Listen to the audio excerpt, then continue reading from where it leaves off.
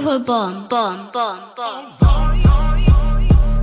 Back with a vengeance. KG's back with an entrance. Big up to those in attendance. Look at that. Reds come together like Tetris. No rules, this one's reckless. KG, this one's crazy. You're too lucky that. None can compare with the KG Don. Better take cover when he drops that. Bomb, Going bomb, on reckless, just it's on. It's that time when he drops that. Bomb, bomb, bomb. I said drop a bomb, Dad.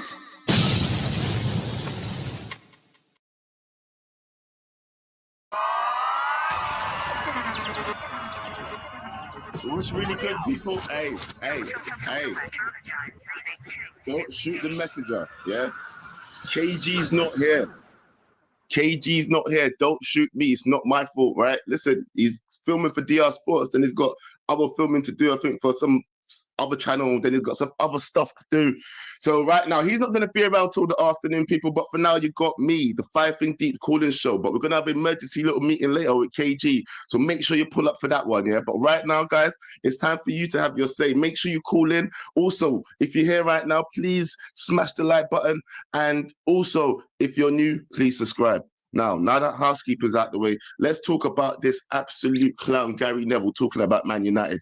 Now, I know that people was probably calling me a clown last night for some of my takes and how I was kind of going in on Ruben Amorim, but I don't know. Is this worse than what I did? Because I wake up this morning and I'm seeing that Gary Neville last night was kind of doing the same thing. Is it right? Is it okay? Because this is what I'm saying. We should be questioning his tactics. But is it right for the mainstream media to be doing it in such a way? Now, Gary Neville came out slamming Ruben Amorim tactics as embarrassing last night after the loss to Tottenham. Now, he's come out and said that he was quoted saying that his tactics are both. Hold on, where is it? His tactics are both. He's stuck. Oh yeah. So United were beaten by Tottenham on Sunday by James Maddison striking a goal in the first half in 13 minutes, punishing the goalkeeper error from Andre Onana. As such, the former right-back Gary Neville was quick to criticise his old side's tactics and co-commentary duties, in particular in regard to the makeshift midfield. Now, Gary Neville said that even primary school teams wouldn't want to play these tactics. Now, if that's not damning, I don't know what is. It is getting a joke, though, isn't it? We do need to start asking one serious question.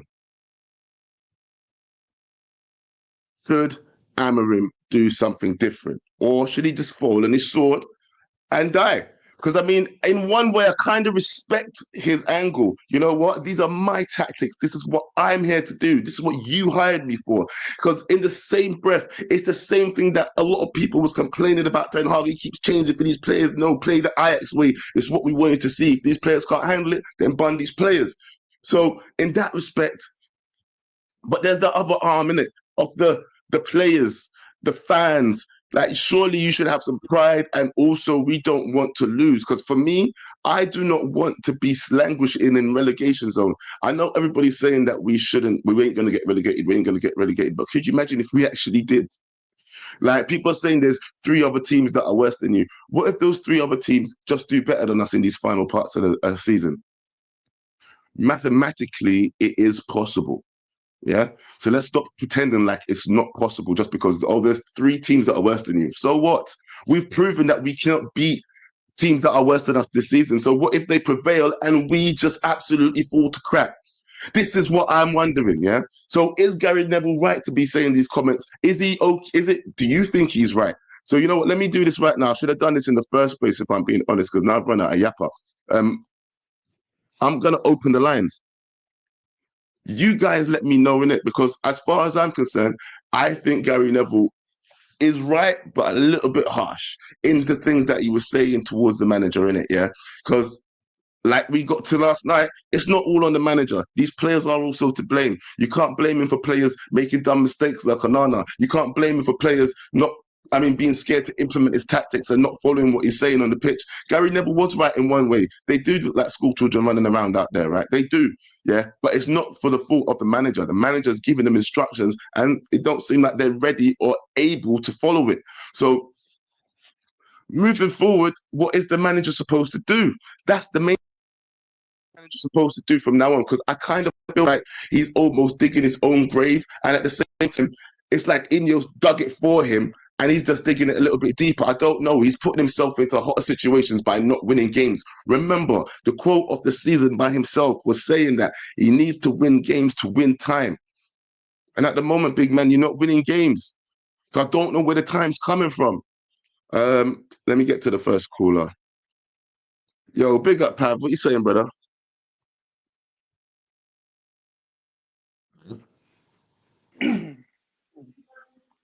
Yeah, hey now.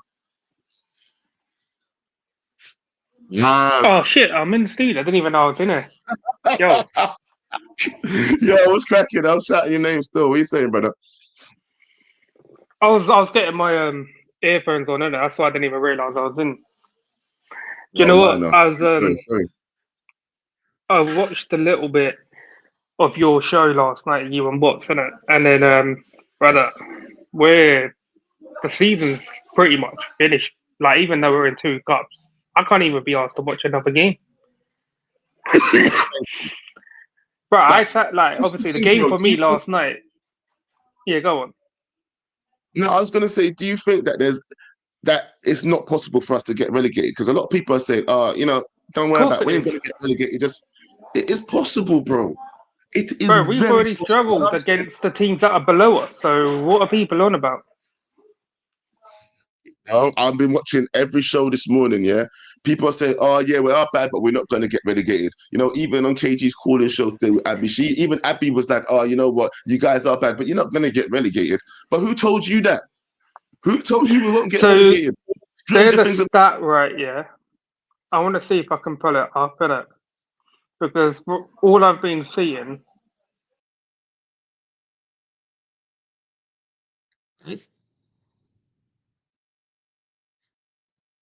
What happened to Pav there? Pav disappeared there, people. Do you know what? This guy was the highlight of my highlights. I'll bring Pav back in a minute. Obviously, he might be having some connection problems. Pav, I don't know if you can hear me, but once you sort out your microphone or your headphones or whatever, call back, yeah? Crash. Yo. Yes, bro. We had a good discussion last night, and I lost my head. I'm calmer now. So let's see if we can have a calm conversation, I guess.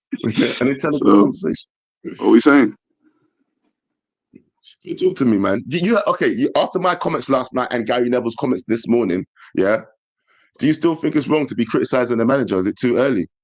And I know it's not all on the manager. I did say that right at the beginning. Some of these players are criminal, especially Onana. But what are you supposed to do apart from criticize the man now? Honestly, with me,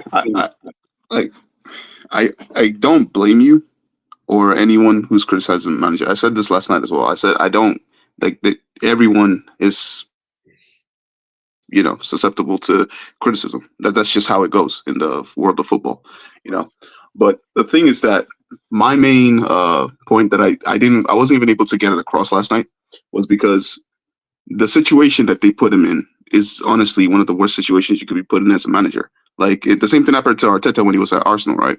They basically just bought him in middle of the season, and then they were like, "You work with what you got," and you basically won them an FA Cup, right?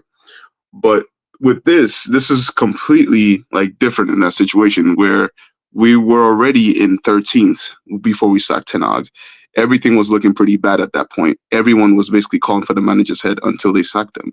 And then we took the manager who was already doing well at Sporting, and we put him into the situation where we knew we wasn't going to get any new players except for one, which was Dorgu. We knew he wasn't going to get much backing until the summer. And then we thought that, with these players, even though we've seen what they've done, we were like, he should be able to do something with them. My whole point was just like, to be honest, this entire season is a write-off. There's nothing that, except for like relegation, there's nothing this season could do to me that is going to make me say, this manager should leave. I was already expecting this season to be written off as soon as they sacked Ten Hag. So I was like, you know what? Whatever happens this season, because for me, like that was the way I saw it. I was like, if they were willing to sack a manager in the middle of the season, where they backed them in the summer, by the way, not only you can't really say that. Look how early Ten Hag was sacked, you know, fam. It wasn't like it was January transfer window he was sacked and we was 13th, bro. It was early in the season. It was enough time for a manager that could work with these players to get us back to a certain situation. I guarantee if you had hired a guy like Oli, he would have got more wins than this right now because he would have obviously But done see, things. that's where you call the board into question, because they knew they were going for a manager who wasn't going to play the same style as Ten Hag. They knew it was going to be a whole new rebuild. So why did they go to hire Amorim instead of hiring somebody else who had a similar style? See, that's the main problem. It's not the fact that they knew the manager that they were bringing in was going to have a whole different style of play, was going to have a whole different style of basically dictation on what they were going to do on the pitch. So what was the point of doing all that if you're just going to basically throw him into the deep end and then everyone is starting to question him? It doesn't make any sense. That's why I was saying, if you were going to sack Ten Hag, wait till the end of the season, get him gone, and then bring in the players that you need to bring in for the new manager. It doesn't make any sense to me that they're doing this at the middle of the season. And that's the reason why we're in the situation that we're in now, because we're seeing a manager who's having to use players who can't play a system, but we're asking for him to change, even though he's already said he doesn't want to change. So I don't get it. It's just to me, it's just All right, I understand that, yeah. I understand that, yeah. But realistically as well, yeah. Even if he did take the job in the summer, let's just be honest now, yeah. How many players do you think we'll be able to get rid of and get in the summer? Do you get what I mean? We had a decent summer last summer, but now they're saying that, you know, we're struggling for money and we ain't going to be able to do things until we sell people and yada, yada, yada. So in that respect, bro, as well, you know, there's only so much players that are going to get rotated in and out of the squad, if you get what I'm saying. Yeah. So at the core of it, he should be able to at least know that he should be able to work with at least 10 of these players, fam. Do you understand what I mean by that? Because you ain't going to get rid of the whole squad in the summer. Yeah. So for of course, yeah. Looking at the squad, and I know you don't know the deep end of it until you get in there. Yeah. Obviously, he's learning on the job how shit these players are and how bad it really is. Because I think the minimum that you would expect people to have is the want and desire to win. But some of these players don't even have the discipline to listen.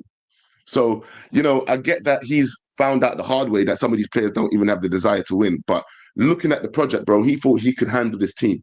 Yeah, he did. Yeah, and that's where I also put it on him, because if he knew that, if he had the hindsight, which he didn't have, he wouldn't have left Sporting in, especially where they are right now. It didn't, for me, when I saw that he was coming in, it didn't make sense to me, because I was like, you are in a good team and you're on a way where you're basically going to win the league again, and yet you came to this team that is literally in the mud right now. Like, what are you doing?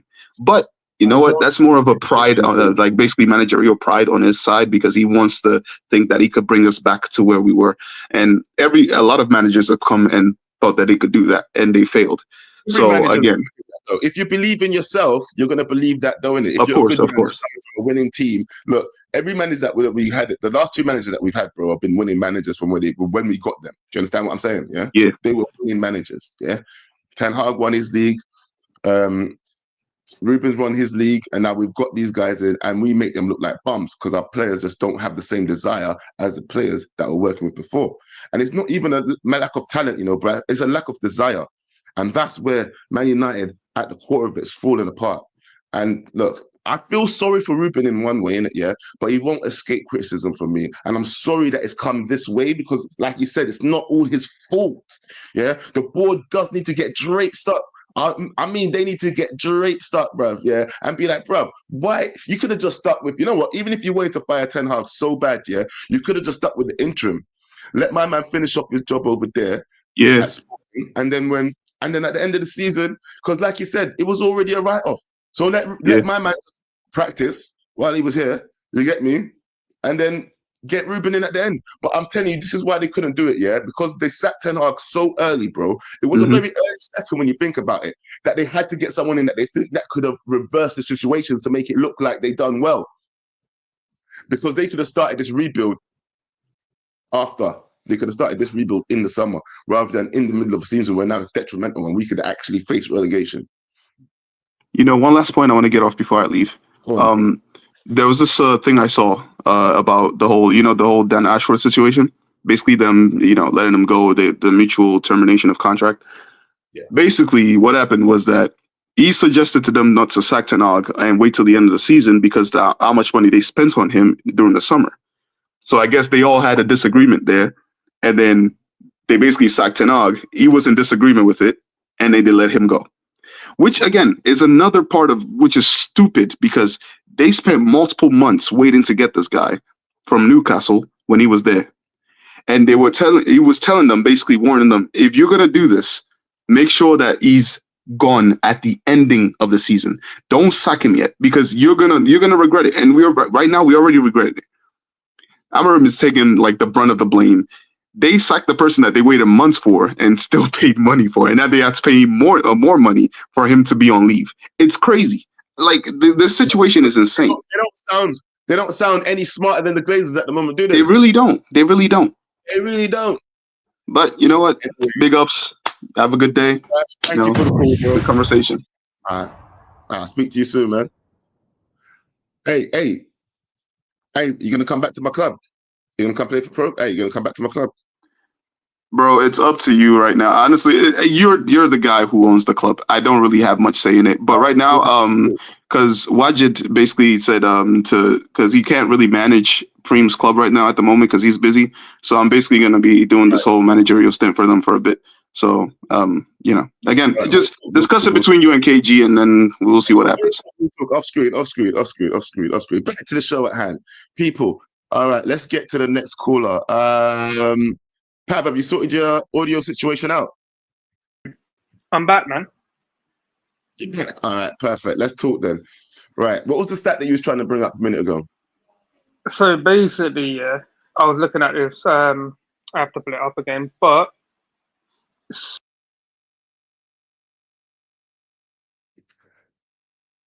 I think every time you bring up that stat, it just goes. It just goes. I won't. Yeah, I think it's because I'm changing screens, isn't it? So basically, the last time we had that was in 1973, I believe it was, 1973-74 season, and that's the year that we got relegated. The last time that happened to us. He said what? Yeah, and also that what Crash was saying that the Crash was basically saying it's not the manager's fault or anything. Is that what you're trying to imply? I'm saying well, he does want to put more blame, I feel, on the ownership and them that sticking Amorim in this mess. If you understand what I'm saying. So let me just say, from my point of view, everyone's to blame. The ownership, Barada, Amorim, the players, Ten Hag, you're all to blame. Cool. So what I wanted, right? I never wanted Amorim in the first place. WhatsApp chats will clarify that because I wanted someone like Emery or Inzaghi in it. Amorim wasn't even in my top 5, but he come in, I backed the thing. Bro, I said it on the stream as well many times. I always wanted Inzaghi or Emery anyway. Even Simeone. I remember you saying about Inzaghi. I remember you saying about Inzaghi still, yes. Yeah, but and then at least that guy is more defensive minded, can actually set up a defense.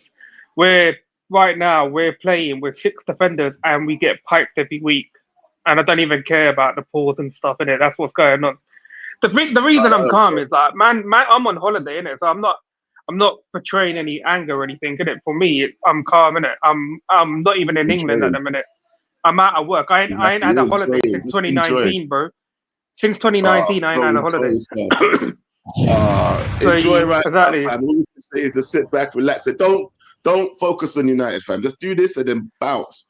But I sat up here at 11 o'clock watching the game, innit? And then I was just like, bro, what am I doing, man? This is so dead, bro. And then, so yeah, everyone's at fault. So Barada basically told Amorim, you come now or it's never, innit? Amorim should have said, that's fine, innit? I'll have options in the summer. He should never have come here. Never. Look, but now you're here. You took the job. You had the choice. Bro, he had the choice to take the job or not, innit? So you took the job. So now you took the job.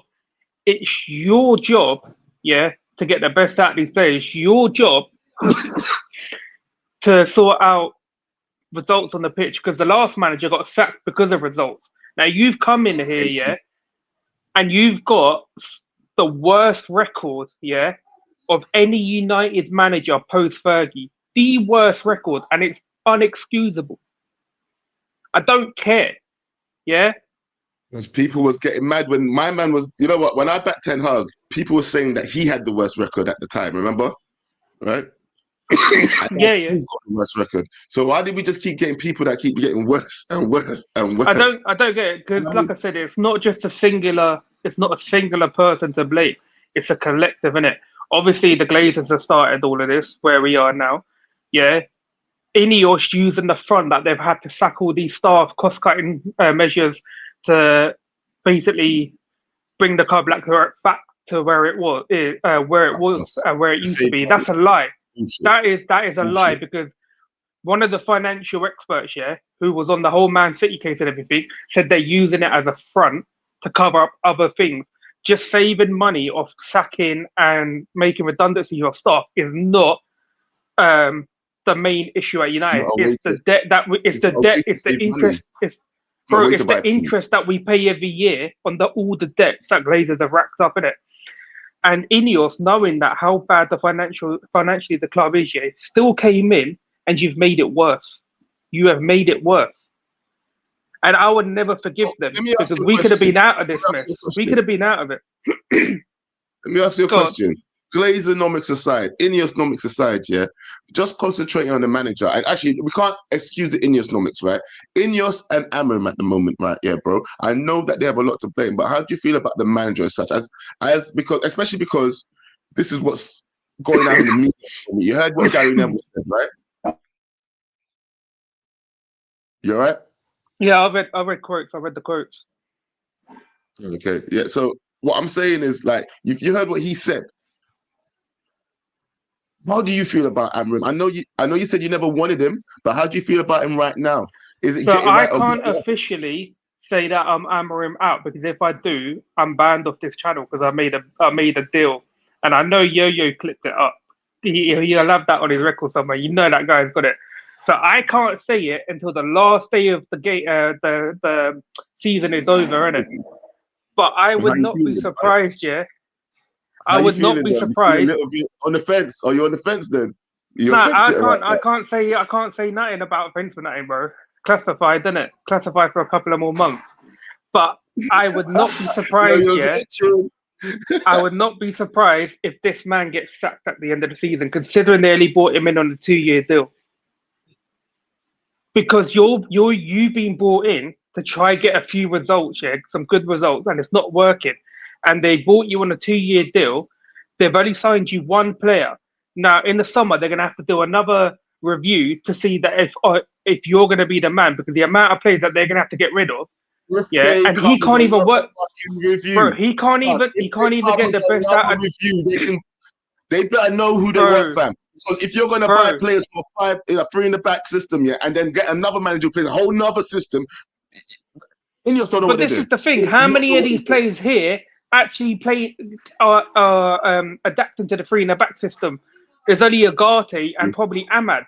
That is it. Because the defense is a shambles anyway. Lenny Euro is suffering. So are they going to have to evaluate is 3 at the back system going to be the way forward for this club? Because I don't think it is. I'll be honest. And if you did want a 3 in the back system, you need to bring in someone like an Inzaghi who can actually fucking set up a defensive-minded approach. So why have we brought in this guy? I don't get it. I have to say it. No, I'm not saying it. I'm not saying it. Just say it. No, I'm not saying it. I'm not saying it. Yeah, he doesn't need to say it. We can hear it in your chest, fam. We can hear it in your chest, bro. Even the cough is trying to get out, trying to tell you, I'm out. That's what you want to say. Yeah, but it's going to eat you up like a disease, bro, if you don't get it out. So, call me later, just so you can scream it without Yo-Yo hearing. I've got an Arsenal fan here, but I'm going to wait until the end to speak to him, give him up minutes. Let's bring in Garnacho's #1 fan. What's going on, Charles? Nothing much, just, reeling from the loss. I didn't realize how much that we actually agreed on things sometimes. Last time was an eye-opener. Bro, when you're right, you're right. And honestly, Everything I've heard so far, I hear where people are coming from, but like you said, yeah, leave the Glazer and like Ineos thing to the side. Are these players being coached though? Are we seeing anything coaching wise? That's where everything comes down to. 20 games in. When this guy joined, we were talking about we can still make top four. Champions League is still possible. Now we're talking about relegation is very possible. This isn't why we made that change. And this is not saying Amorim out in any way, but we need to criticize what we are seeing. This is not good enough from anyone. Not at all. People want to blame Ineos. Cool. They have their own blame. Keeping Ten Hag was dumb. We know. They brought this guy in to coach these players, to get something out of these players. And I hear all this system talk. Yeah. There has to be a way to tweak this system to get more productivity out of these players. There has to be.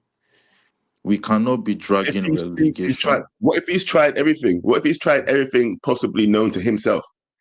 If Brother, if that's his limit, then if that's his limit, if you understand what I mean, because it's been how many months now, yeah, if that's his and if that's surely his limit, then he isn't what was advertised. Is he? He isn't. Like this guy was supposed to be up and coming, promising future, whatever, blah blah blah. Now we are telling me that his limit is basically us dragging relegation. That's not right. That isn't right. Like I hear that our players are shit, but like there aren't many clubs in the league that have the players that we have in terms of just quality, individual quality. There aren't many, and we are 15th at the beginning of the season. Look at the other team's players. Were we really saying, "Yeah, I'm gonna take him"? no, But look listen, we at us couldn't, now, we couldn't, we couldn't. Look, right now, yeah. Let me ask you one question. Yeah, here's the thing. As it stands right now, bro, you sound a little depressed, Charles. I've never heard you so down. You sound like you've run out of energy for this club. brother. Which I understand, by the way, yeah. But what would you suggest now? And I know when we was having this discussion last night, it was like, I don't know, but we just want to win, yo.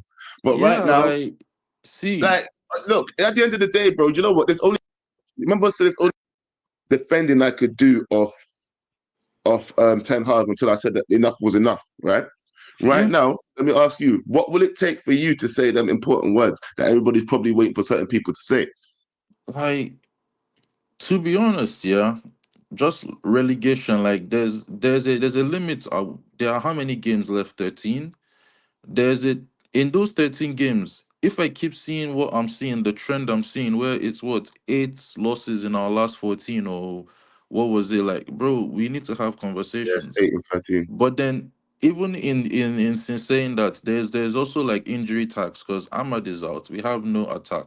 We just lost 6 players in the span of a week. So you So it know definitely ain't gonna get any better, is it? If exactly. we That's just why lost it's some of our like best players. the way it's looking like he just doesn't just don't get it, don't get deep in the relegation battle. Like we need what 3 or 4 wins to get to 40 points, brother. Just don't have us 3 games to the end of the season talking about we need 9 points or we need 6 points. Just don't. I swear Don't to God. don't because You I heard what I wouldn't, said brother. last night. I'm not. If you think Ten Hag out was bad, if this brother is in a relegation battle, Brother, I'm crashing. I'm one crashing. toe, one I toe, bro. am If he like does I'm not hearing none of that transfer tax. I'm not hearing none of that, brother. There is something I will see that I will come on here and I'm crashing out because this is bro, not I'll good be here for enough. it. You know what? Just turn up and I'll be there. If it happens, I'll be there. Yeah, don't worry. I might even be there before you. But listen, big up yourself, though, man. Big up. Oh my God. Hey, listen, we're ready to crash out. We're ready to crash out, fam. Because you know what it is? I think it's just becoming more and more embarrassing and unsustainable for us right now, yeah? As Man United fans, listen to how Charles just sounded. He sounded so depressed. He sounded just defeated. You know, I just can't be bothered with these man, bruv. I don't even know why I'm here talking to you, Joe. What you wanting to say? Is that just bun these man, fam? But anyway, Let's bring in someone I think is probably going to bring it back to some sensible talk. You know, I've been very emotional. Let's think logically. All right, Abs. Ooh. Abs. Mr. Coach. You know, there's sometimes I actually want my emotions to go to lead so I can go back to how I was when we were first on this show, but I can't do it anymore. Man United have put me in a place where I have to try and think outside the box as much as possible and try and be sensible. Hold on.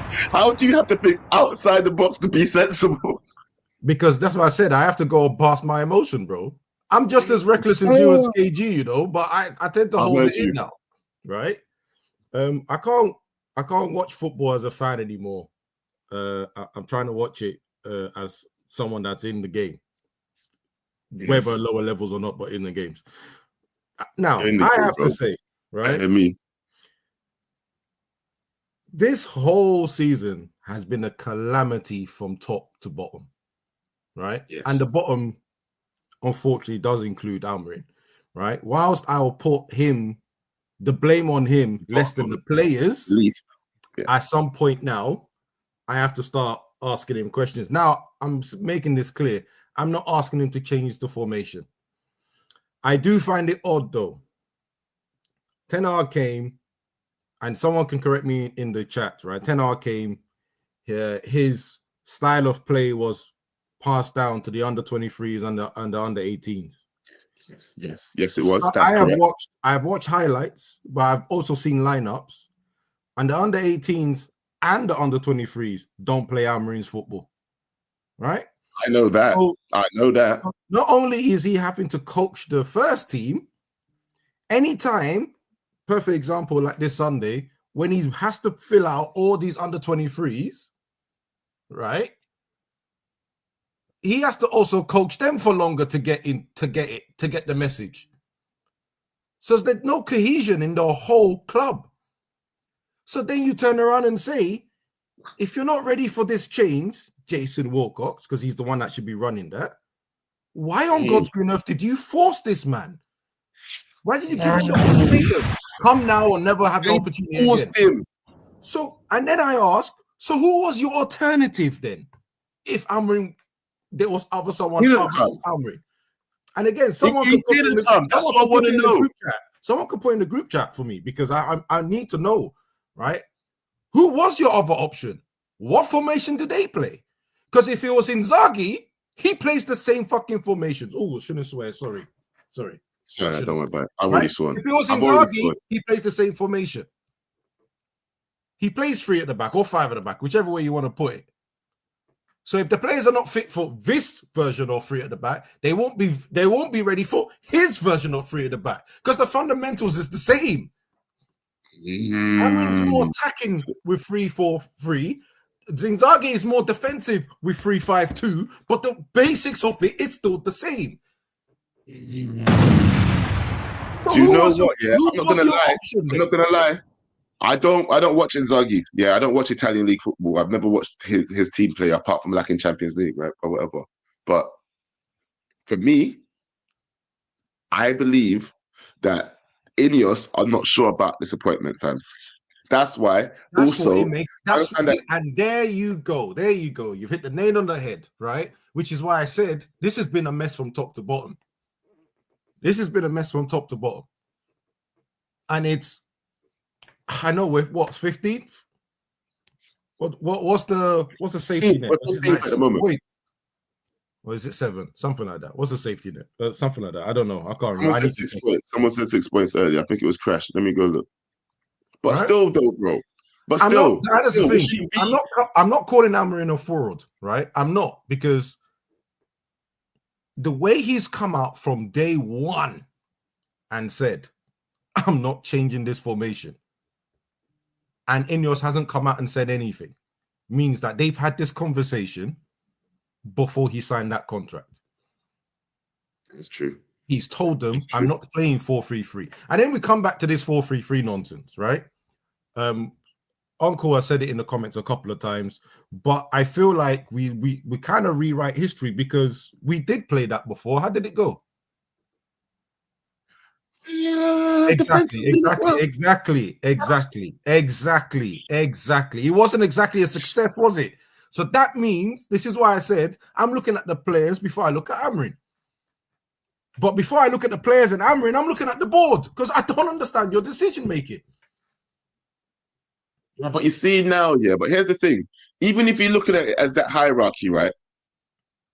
Going down the hierarchy, right? Even if we start with Ineos, yeah, let's start with Ineos. Your decision making is poor, blah blah blah. What are you going to do about it? The only thing that they will do is say, okay, we're going to sack the manager then. That's the thing. If you question them, if we start questioning them, what the fuck is wrong with your decision making? Why did you do this? Blah blah blah blah. Their immediate reaction. Well, I don't know this for a fact, by the way, but one would only dictate that they would think, okay, the manager's doing wrong. He ain't doing well with this team. Sack the manager. That's what's going to happen. If we go to the middle, yeah. Who do you say was in the middle again? What in the middle of the? Yeah, I put the players. In the hierarchy. I put the players. Now the players, right? So if you go and start blaming the players here, that these players are shit, blah blah blah blah blah blah blah. Ineos will still say they can't get rid of all these players. Probably sack the manager. Yeah. Wow. And then this is where I'm doubly angry now at the board, because that transfer window I knew was going to bite us I knew that transfer was going to bite us. Signing only one player but letting go of basically three. So you were relying, the rest of the season was relying on Ahmad and Bruno and Garnacho, who you are trying to sell to perform. Because Højlund, I'm sorry, I'm not going to lie. Yeah.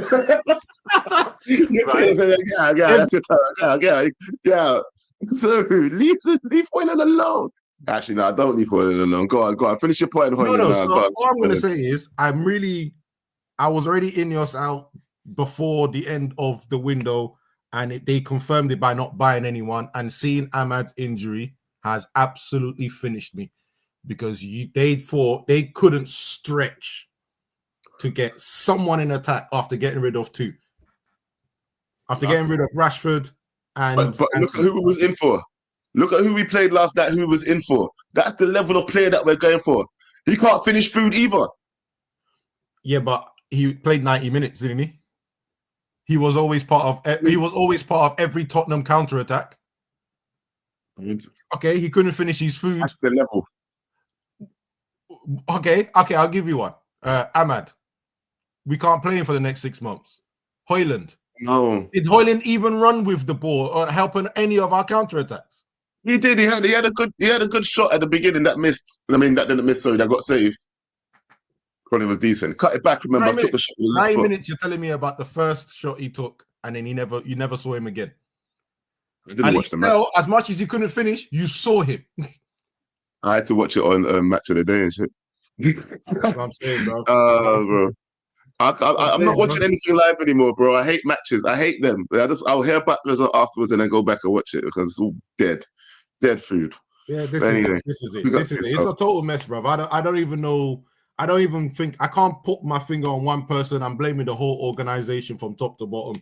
And Amorim is going to start getting something. But like I said, Leicester, I complained about him. I said, please keep it simple for your wingers, your fullback, sorry. Just let them play on their strongest foot side. He did that. Dogo looked okay. Garnacho didn't want to pass to him. So what could he do? Oh, yeah, and below on the other side, I think we're all done with the Delo project. We're all done with. But this is the thing. I'm gonna bring you back. Stay there, yeah. But the thing is, the whole Delo project, yeah. He wasn't that bad under what's his name. Like some people do have. Look, we're talking about this coaching situation, yeah. I'm gonna bring in the next caller and stop. I'm gonna stop taking up too much time, yeah. Courts. I know he's at work. Courts, bro. What's going on? Firstly, Delo's been bad all season. Even when we were playing the back four, Delo was... Even with Ten Hag, I know he's had a whole bad season. So we can't go... People are complaining about coaching, yeah? I do feel like it's wrong that you're complaining about coaching because some people have improved in the system, but a lot of people have just fallen off. Right. So obviously there's some Ten Hag. Shouldn't have got rid of Ten Hag. You said that yourself, whatever. Right, let's face the fact. If we kept Ten Hag, Ahmad is walking out this door. Because he was out of contract in the summer, and there was no way that Ahmad would be signing a new contract if Ten Hag was manager because he refused to play him.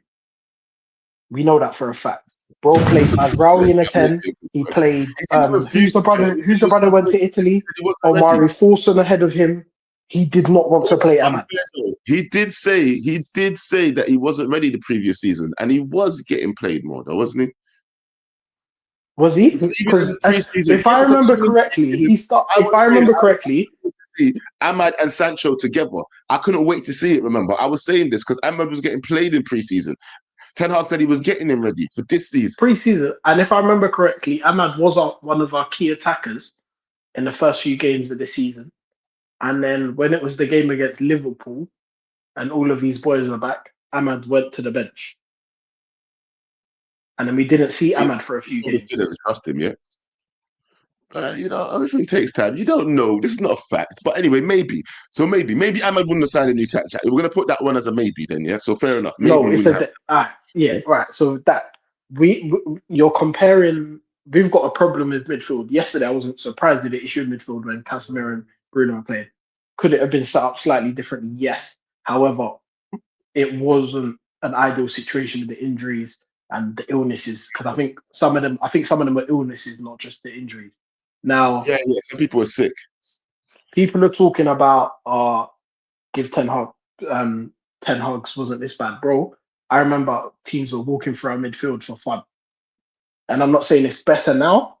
I'm just saying you can't compare. And what was the issue with Ten Hag is he spent money to try and fix the problem, and the problem got worse.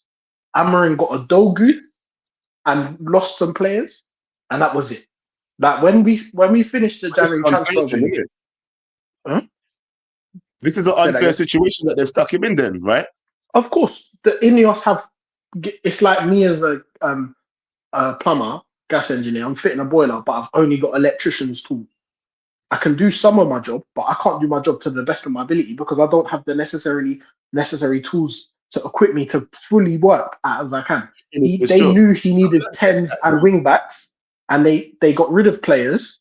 And what was annoying is they got rid of players, but they didn't bring anyone in. They said, all right, we're trying to focus on the summer window. But then what's happening is... these players then if you know you can't replace them? This is the thing, innit, yeah? At least if you ain't got a full tool set, yeah, look. If you needed like a socket wrench, but you've only got like a handheld wrench, yeah? Like, at least let me keep that in it because I can do something with this. Do you get what I'm saying? That's the thing. I hear what you're saying, but the players need to be better.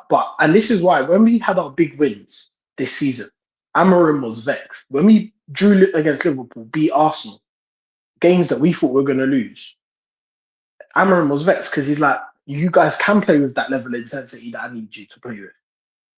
You see it in pockets, but you don't see it. Only when it suits them. Exactly. That's what it seems. Now, if we go through the squad, we don't have a competent striker. Xerxes not a striker. He played okay. He played better. He played okay, slightly deeper yesterday. Højlund, he's got his struggles. We don't have anyone who can score goals. Garnacho should have scored a couple yesterday. We don't have anyone who's scoring goals. But what I'm saying is, we as fans have been saying for years, we need to rip it out. The likes of Rashford and this, that, and the other have been issues for time. Now, the one time that people are getting rid of him, we should have maybe kept him. The Anthony revisionism is disgraceful because we saw Anthony in the United shirt. I'm not on that. Listen, people are saying man of the matches, yeah? La Liga man of the matches is voted by the fans. People haven't even watched the game. I sin binned bots yesterday for stopping the show to talk about Anthony, innit? Yeah?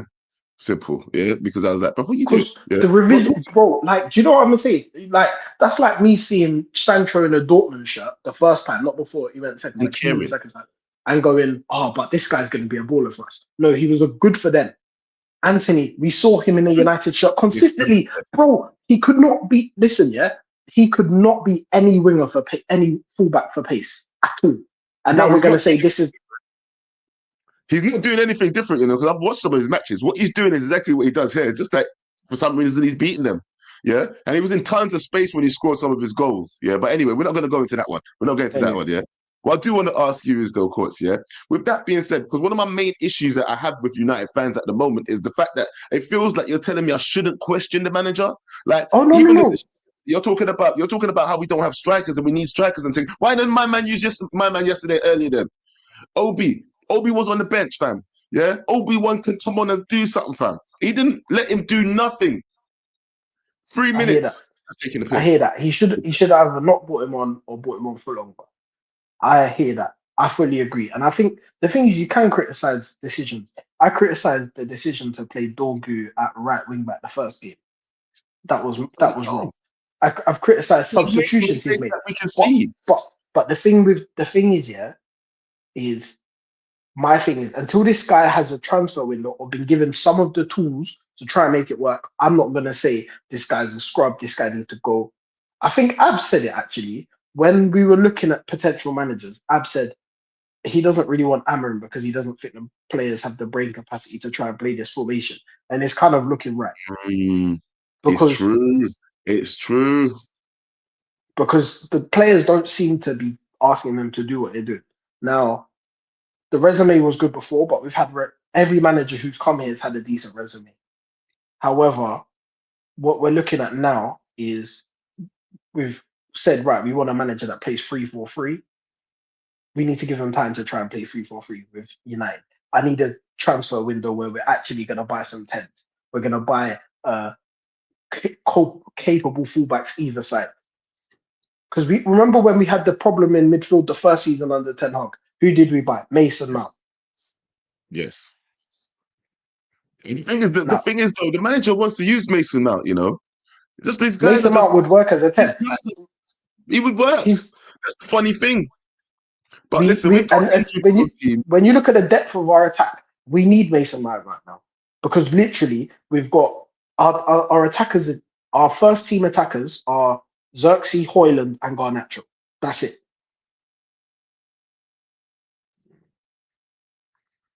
And Ahmed when he's fit, obviously.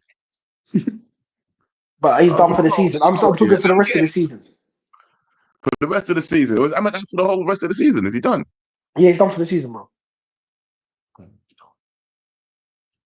Well. So what have we got for the rest of the season then? But we can bring him. Hopefully he builds up Obi, innit? We might see something new. You never know. That's what I'm hoping for anyway. Yeah. And regarding the youngsters, just before I go, I know people said if you're good enough, you're old enough and whatnot. When we were breeding in youngsters, we were bedding them into a good environment. I know sometimes we say play the kids, but the level of scrutiny that was going to be on that game yesterday, sometimes it's okay to protect players. And I wasn't, I was very conflicted because part of me was like, no, I think it would be good for them to play. They can't do any worse. But then there is also the flip side of if they're not ready yet, and I've not seen them in training. You can't just chuck them in if they're not ready. But into a dead team. Yeah. That's it. Wow, bro, man, you make me worried because it feels like we can't develop the youngsters. Courts is right. It feels like there's no space as well to develop these youngsters into the first team because why would you want to dash even Obi? I know that he got onto the pitch, right? I know we said we should have, but I would have preferred him to not have to be in a match where he's struggling. He should be able to come into a match where we're winning the game and then he comes on and, you know, has a flourishing debut, you know, just enjoys his time out there. But at the minute, we have to bring him on when we're desperately needing a goal where pressure's mounted on him. It's crazy. It's crazy. Let's go to the next call. Hey, Josh, you've been here for a while, bro. Sorry I skipped you. How you doing? That's all right. Good. How are you? How are you doing? I'm conflicted. I'm conflicted because at one side of me feels like we should be blaming we should be blaming the structure and for throwing him in the deep end. But at the same time, another part of me is like, I don't care now. You're here, innit? You're here, and no matter what, you should be a good coach. And for me, a good coach wins games, no matter what. Like, I know that the things get stacked up against us, but that's the sign of a good coach, right? That you can get through the hard times. And to be fair, it's only just started getting hard now for injuries. We was all good before. So the thing is, right, Joe, like you mentioned, he is a good coach. And a lot of people actually do not separate the conversation. Ten Hag over here was a manager at Man United. He wasn't a coach. Amorim is a coach. No. Do you know what? I didn't put it up on purpose yet, but you said it. Straight away, bro. You said it No, straight no. away. Yeah, but Oh, I have a reason to, because I wanted to just pick up from where Abs was mentioning the whole youth playing the Ten Hag way. We don't do that anymore, right? At United now we've got a head coach. So what United have been doing is after they brought in Amorim, they knew that this guy's going to be like a head coach guy. So we don't have that system anymore where you have the youth players playing the same way that go into what the manager does. So what happened here, in my opinion, because I just want to talk about Amorim, and I just want to talk about what United are going go to on do in then. the future, and what United are going to do in the future. That's my whole thing. I do not want to talk about the previous manager. Please, I do not want to do that. Like, let's end this already. I do not want to talk about that guy. Like, why are we doing this? Like, why are we doing this? Look at these guys. Yeah, no, listen, you know what, yeah? The fact that you actually called it, the fact that it didn't, your first sentence, I was going to leave it there just to wait to see how long it took you, but your first sentence, I'll bring you back in a minute, Josh. You deserve the sin bid still. You deserve the sin bid. You deserve it. You deserve it. Uncle, my uncle. Ah, please, Uh, let's talk some sense. Let's talk some sense. I know that I don't know, you probably think half of the stuff I've said is wrong. I don't know. well, But I have been doing a lot of listening, and first of all, I agree that the coach should be criticized when he does something wrong. You understand? That is not saying the coach is bad, but when something needs to be changed, he should be criticized. I will still go with sometimes it's not that the coach says this is the be all and end all. I think I still believe this is an experimental phase where it should be allowed to try different things, just to cross it out of his book and know that it does not work. You know, you cannot know if how long something should we works or wait not. though, Uncle? How long should we wait though? This is the only problem I have here. How bad should we allow it to get before we say this?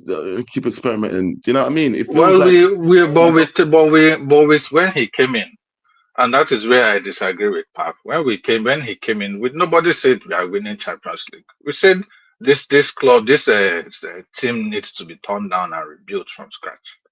You know, and that is what he's doing.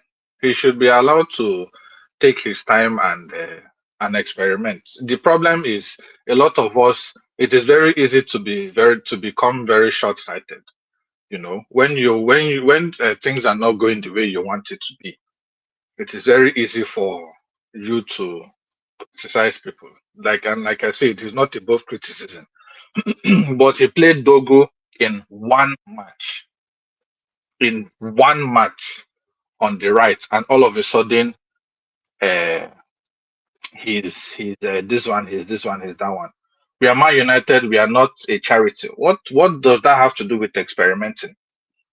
Don't big companies have research and development? Is that not what they do? Is experimenting only for you have to do your research and development and try stuff and know what works and what doesn't work. That's how big corporations make money. You think it's everything that comes to the market that was the only thing they experimented on? They might have had 10 products and tried this one and tried this one and keep cutting down until they get the product that works. And then they send it to the market and make their millions. That is how everybody does things. You real understand? talk. It is Tried very and normal. tested. Tried and tested. That's why they say tried. Exactly. Exactly. You cannot get a solution without trying a lot of things and removing the ones that don't work, removing the ones that don't work until you settle on the one that or the one or two that works. I think it's very simple. Saying Like that I though, said, is Amorim is not tried and tested yet though. He's a very raw product. uh, no, well, not necessarily. And also, you can say that about a lot of managers. We are looking at an slot. What is an slot history in management? You know, Real talk, real compared to talk. someone like Sean Dyche. Sean Dyche is tried and tested. Should we bring him into Manchester United? Yeah, but tried and tested, but we know what his level is. You see, him being tried and tested So also knows what Jose he's Jose doing. Mourinho is We know tried he's and got elite. tested. Will you take Mourinho in Manchester United? Yeah, but we also know that he's fallen off some of his levels. He's no longer elite. Yeah. When was the last time he's won a big trophy, a major trophy, as in like international trophy or Champions League trophy, anything Well, like that? like I said, we can look at it anyway. Ten Hag won more trophies in the Dutch league than Slot. He came here and he didn't work out. You understand? Mm. So there are different ways of looking at these things. My point is, like, I'm not saying Amorim is beyond criticism. I'm just saying this is the best time for him to experiment. Also, in the match yesterday, we have people who missed chances, right? We lost the match yesterday, not necessarily because we didn't have good football and good chances. We just had people who were terrible at finishing. Garnacho had one-on-one. There was a header Zexi should have at least put on target. You know, we had opportunities yesterday. Is it the best football? No. But for a match against Tottenham, it was pretty open between both teams. Tottenham just didn't have a goalkeeper that spills a shot back into play. It was a pretty shit match on both sides, if I'm being honest, Uncle. Like, it was a Which dead shows match. our level. Yeah, which shows our level. You understand? Now, like I said, there are things Amorim could have been criticized for. The first time he played Zexi in the 10, people said Zexi was not fit for the 10. But yesterday, Zexi played well in the 10. He did. You understand? Yes, he did. So while it didn't work the first time, it's kind of he kind of did okay yesterday with that position. You know? So and another thing I want to address, your Pav was talking about these finances, you know, and the whole stacking of staff and all that. I know I specifically mentioned that um, the sacking of staff, there is nowhere it will say that that is what is going to solve our problem. We all know that that is not what is going to solve our financial issues. No. We know that the club is also trying to sell players. You understand? They tried selling some last year. This January, they tried selling. It's just that Rashford's wages were too big. Nobody wanted to buy Anthony. It was loan. You know, they tried selling Garnacho as well, which thankfully they didn't. So, but then it does not mean that if you come in, if you have an organization and you come in and you see that you have 20 staff, but you can make the organization work with 10 staff.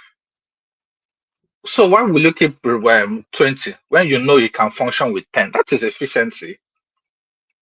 It is not just about saving money. It is knowing that we don't need this number. Since the first You say group of that, people we are yeah, laid off. I'll be honest with you. You know, when you cut costs in companies sometimes, right? I don't know if this is the case, obviously, because I'm not behind the scenes at Manchester United, but in businesses that I work in, sometimes when you cut the cost of someone, you cut costs and fire people, that means someone else's workload doubles. Do you understand what I mean? That's But also not always. the situation.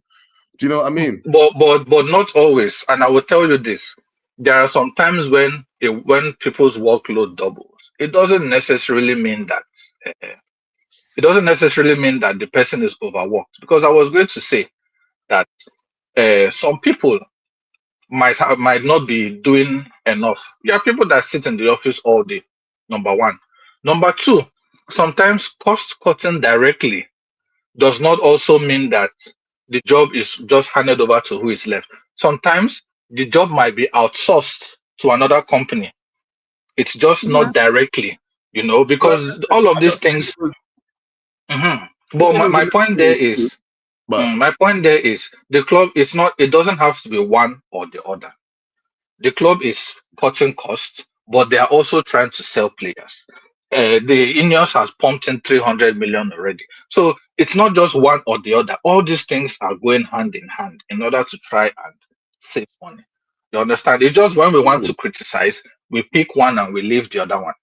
So let us look at it more holistically. Ineos questions. I've got more Ineos questions for you, but I want to save that before we go because I want to ask you one question. Since we're on the subject of criticizing the manager, yeah, this will be my last question before you go as well. Yeah, his decision on bringing on Obi that point in the game. What do you think of that? Is that not Oh something that yeah, should be? that I totally disagree with. When he did it, I wasn't happy. He shouldn't have brought him in at all if he didn't want to play him. I don't agree with bringing him in the 90th minutes. That is where I can criticize. One of the things I can criticize. I didn't agree with that decision. I thought he was going to get maybe 10, 15 minutes of football. Well, why are you Please. bringing him in 90th minute when Tottenham have a corner kick and we know that they are going to try to kill the game from the corner kick? What impact is he really going to have in the game? You know, It was a disgrace. I think that's why I think a lot of people were upset as well last night. I mean, that's one of the main reasons why I was upset last night as well, if I'm being honest with you, Uncle. Because it's like it does make him look a little bit either petty or spiteful or something. Do you know what I mean? Something. What was that for? Do you know what I mean? absolutely, That absolutely. seems. But anyway, Uncle, big up yourself. Thank you so much for calling, man.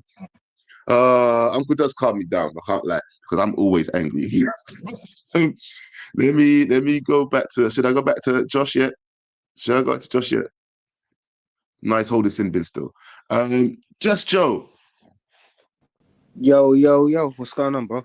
Just talk to me now. Listen, right now, the Amorim experiment. Are you still on board for it, or are you starting to feign? Do you feel like he should be changing things, or do you think like he should stick to his game? Hello? All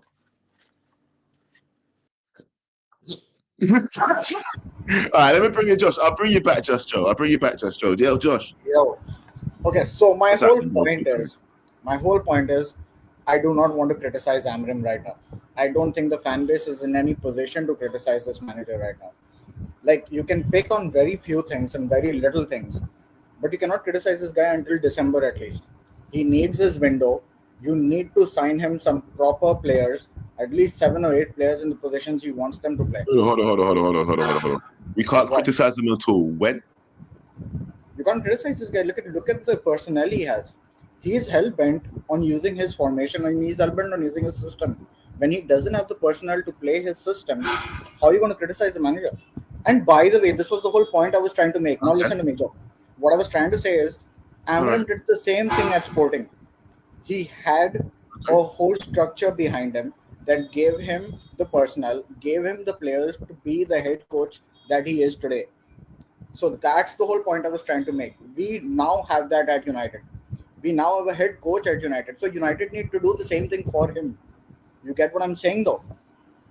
Yeah, I get what you're saying, though. But what I'm trying to say is, so you're saying I can't criticize this man until the summer. That's what you're saying. You can't criticize him until the next season starts. And in my opinion, Amorim needs to have a and I'll tell you why. And I'll tell you why that's bullshit, yeah?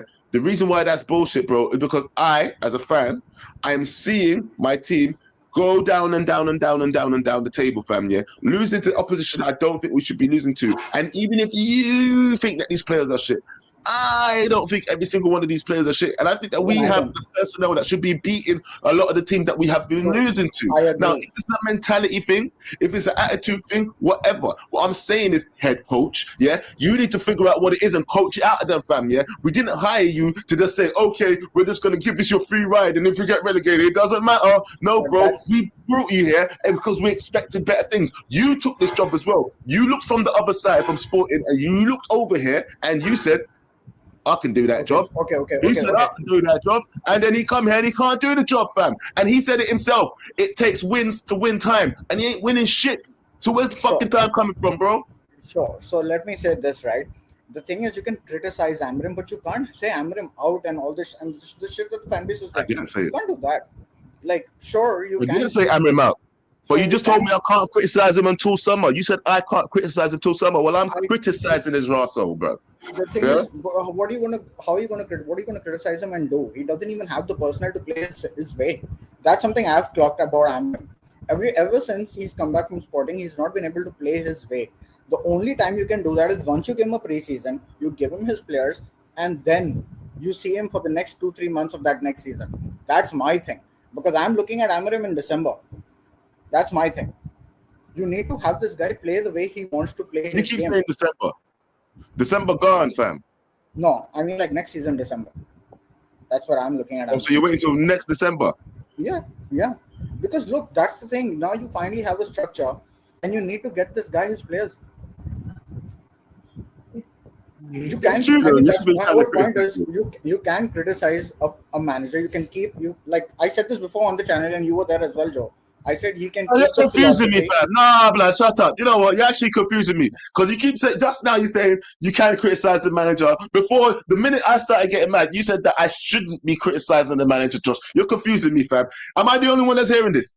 Am I the one that's being confused here? I'm pretty sure he said I shouldn't criticize the manager till next December, right? And now he's telling me that you should criticize the manager. I can't criticize. I can't criticize. Which one is it? Can or card?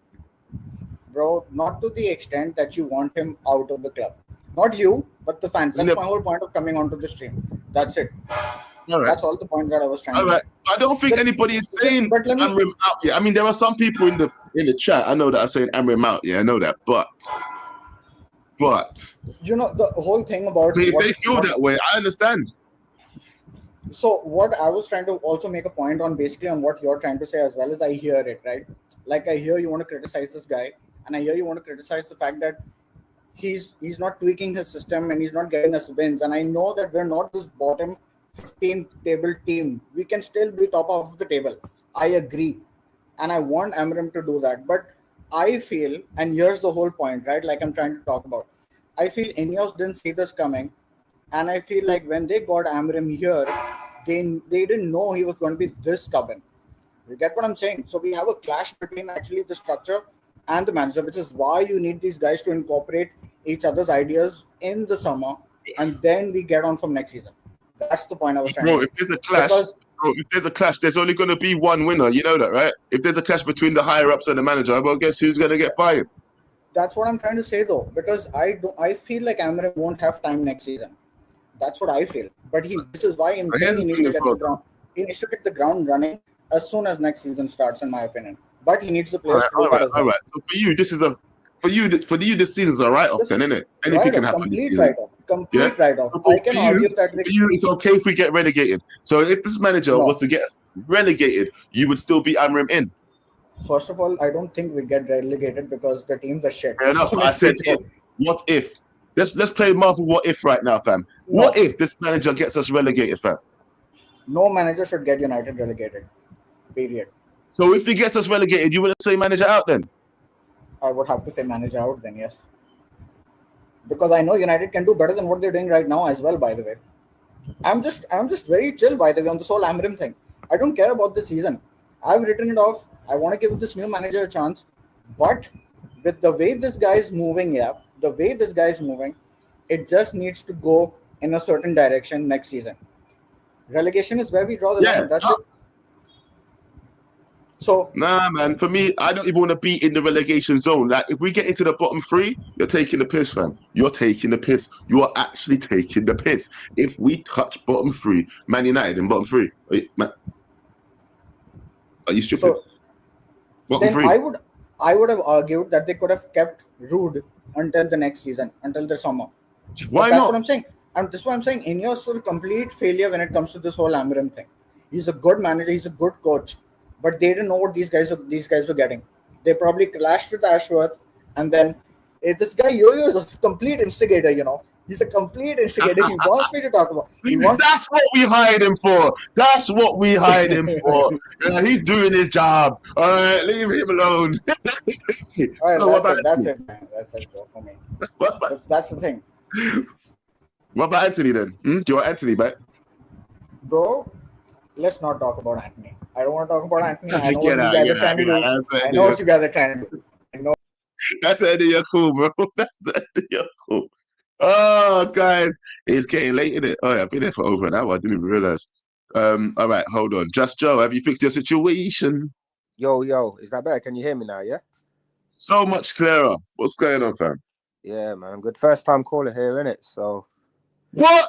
Just, this is the first time you call in? Yeah, what? Man, I've been on the whole podcast. After we played their FIFAs, is the first time you called in? Big up. Yo, I'm not even doing minutes. Oh, shit. Oh, too much bombs. I'm going to stop that. All right, listen. Go on. You're a new caller, but I'm not even put on a timer today, so it doesn't even really matter. So just talk your talk, bro. No, you know what? I'll keep it brief, yeah. But I'm gonna say one thing, right? I feel sorry for Amorim more than anyone else right now, right? He's been chucked straight into the deep end. Now I'm questioning myself whether he is the man for this job or not. But when you've been brought into this cesspool, brother, you could bring the best managers in the world to this team. You ain't changing anything, bruv. Because you know what? Like I went to my boy's yard, right? There's a few of us who linked up, and it's always been like the United Arsenal rivalry, yeah. And the biggest thing about that rivalry was the fact that them man over there sat down comfortably, laughing at like both. They're thinking, oh, whatever happens, it's going to be a funny day for us, and it's going to be a shit day either for Tottenham or for United fans. And bro, it was one of the it was the worst game I've seen from both sides. The funny thing is, if you deep it, we didn't even necessarily play bad in the second half, but we ain't got no strikers. That is partly because as well, though, that Tottenham were laying off a little bit. They were laying back a little bit. They weren't as intense as they were in the first half. You know what? All I see is two teams that are chicken shit of trying anything because they both don't want to be bantered. Literally, it's just sorry, man. Like, sorry, bro, but I have to be real, innit? It's like it's all right, bro. I think almost every caller's coming in and saw this morning, so you don't worry about it. Yeah, it's just I just don't see both the teams are banter teams, yeah, and I feel sorry for Amorim because I know like you've got few of the fans now. Look at the media bias that's going to be starting. That everyone's going to start hating on Amorim and stuff. This ain't his fault, man. And I said this, yeah, at the beginning, and I'll stick true to my words. Whatever happens at the end of this season, bar maybe relegation, because that's an extreme. That's an impossibility for him. Yeah. I'll still be Amorim in. Because you know what? He's not even had a sign. I don't even think he personally wanted that Dorgu or whatever it is. A guy randomly, he was just available from another team that's being relegated or in a relegation battle in a lower league. Like, I don't understand why we spent 30 million on this guy personally, but I'm also on the boat of, you know what? I would have loved to have got rid of Garnacho as well, but how can you get rid of someone who you feel like, you know what? If we did get rid of him, look at the state we would have been in for yesterday's game, irregardless of how bad he was. And another thing as well that I have to quickly say about fans saying, why didn't he make any subs? Brother, I completely support Amorim on this one. I wouldn't want to bring kids into this culture, this toxicity, this negative environment. Like, how bad would it have been for them? That's the way I see it. What was the point then? So what was the point in putting him on at the end? That's what I'm thinking. Why did he need to? Like one of your earlier callers said, I've got who said it. If you're going to do it with at least 10 minutes and try and fight for something, right? Otherwise, if not, what's the point of doing 3 minutes? For me, I just feel like it's taking the piss. Yeah, it just shows that you don't trust the kids that you have to your disposal. Like, why bring them on at all? I don't think you should have brought any kids on personally. If you was going to do it, maybe last 10 to 15 minutes. But it seemed like in those last 10 to 15 minutes, of them on. It seemed like we I wouldn't have just put one on, in my opinion. I wouldn't have just put one on. I would have changed a few people on. Yeah, no, why just one? Yeah, that's what I'm saying. Either you do it properly or you don't. I can understand why he didn't, maybe to wanting to protect the kids, but you don't just do one for 2 minutes where he didn't even get a touch of the ball. I didn't really see him at all. So what's the point? There was just no point at all, to be honest. So there are things to be questionable about, but I can see what I'm trying to see the positives in Amorim. Maybe I'm being a bit deluded, but like I said, I'll stick to my word. Whatever happens, I'll stick with him for this season. Depending on the whole the finance situation with United, I'll give him next season because look. There's a reason why we had to fight to get him. Like if City wanted him or Liverpool wanted him, then there's something right that in your stead by getting him. But you know what? I don't trust any one of these people up here, the higher boards. I don't trust anyone. I don't know what the whole situation. I think there's more to it with this whole Ashworth situation. I think he said something that cheesed off a lot of the other people. I don't think he's as bad as what people have made it out to be. Because at the end of Jess Joe.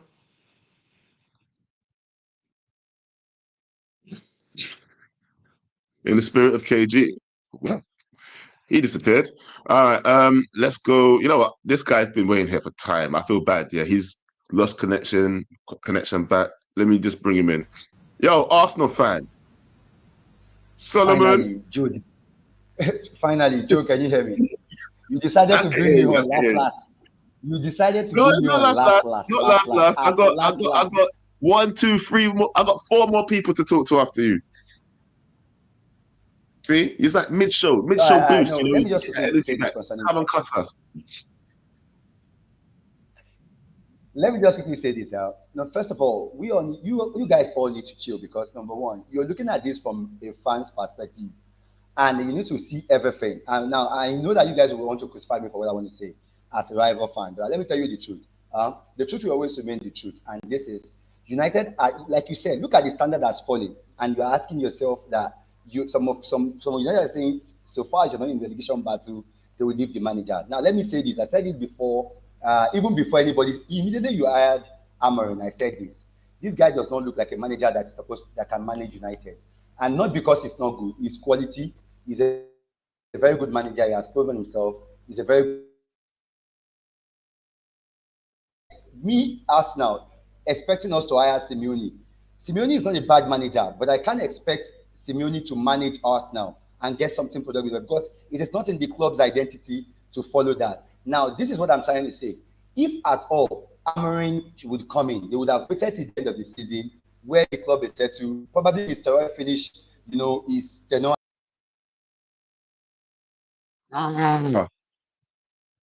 Hello? Are you with me? I really wanted to get back at your point as well, because you saying that we need to chill, right? And we're looking at this as fans. How else can we look at it, fam? How else can we pragmatically look at it? We are fans, and no matter what we think, some people might be financial experts, but you're still a fan. Yeah, some people might be coaches, but guess what? You're still a fan. Yeah, unless you work for the club, you're still just an ordinary fan. Yeah, and right now, bro, we're hurting. We're hurting. And the thing is, yeah, you're saying this is the thing I keep bringing back. Look, I'm always going to counter everybody's argument, but I'll be the opposite side to everybody's argument. Yeah? And I will be the opposite side to yours as well, yeah, Solomon. You're saying that we need to, have standards and whatever else. It is having standards, saying that the manager needs to do better in these situations. And I know that he's not been backed as much. And we do feel sorry for him, as the previous caller said, Just Joe. We do feel sorry for him. But at the same time, we still need results, fam. It came out of his own mouth. You need to win games to win time. And we ain't getting that. But yeah, 1 second. Hold on. Anthony Vero.